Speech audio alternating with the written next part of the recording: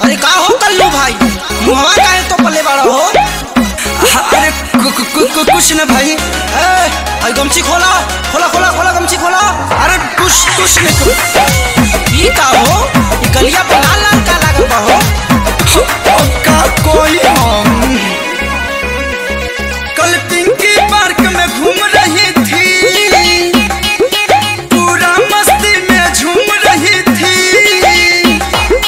कल पिंकी पार्क में घूम रही थी, पूरा मस्ती में झूम रही थी। मुझको गले लगा करके माथा मेरा चूम रही थी। हम भी बाजा में जकड़ लिए थे, हम भी बाजा में जकड़ लिए थे। पिंकिया के पापा पकड़ लिए थे, गलिया पे थप्पड़ दूगो जड़ दिए थे। पिंकिया के पापा पकड़ लिए थे, गलिया पे थप्पड़ दूगो जड़ दिए थे। बहुत कोस के मरले बा बुढ़ावा।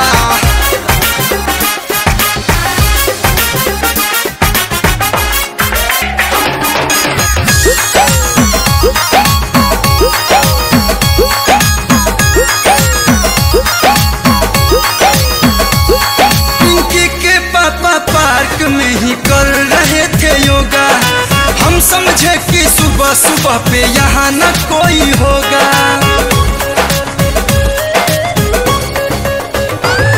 पिंकी के पापा पार्क में ही कर रहे थे योगा, हम समझे कि सुबह सुबह पे यहाँ न कोई होगा। पूरा प्लानिंग फेल हुआ, ठीक से नहीं मेल हुआ। खेलने गया था जमन खेला, ठीक से नहीं खेल हुआ। भुइयां पटक के रगड़ दिए थे, भुइयां पटक के रगड़ दिए थे। पिंकिया के पापा पकड़ लिए थे, गलिया पे थप्पड़ दूगो जड़ दिए थे। पिंकिया के पापा पकड़ लिए थे, गलिया पे थप्पड़ दूगो जड़ दिए थे। जय ससुर जी।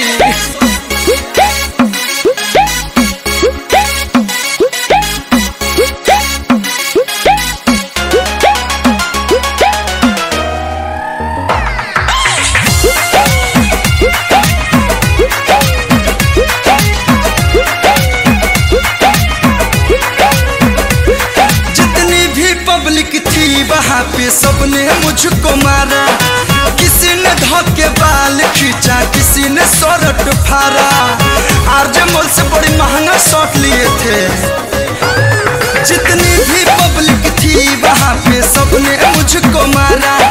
किसी ने धोके बाल खींचा, किसी ने शर्ट फाड़ा। श्याम देहाती आंसू आए, दोनों मिलकर मुझे बचाए। हॉस्पिटल में करा के दवाई, फिर हमारा के घर पे लाए। गलती हुआ हमसे, हम झगड़ लिए थे। गलती हुआ हमसे, हम झगड़ लिए थे। पिंकिया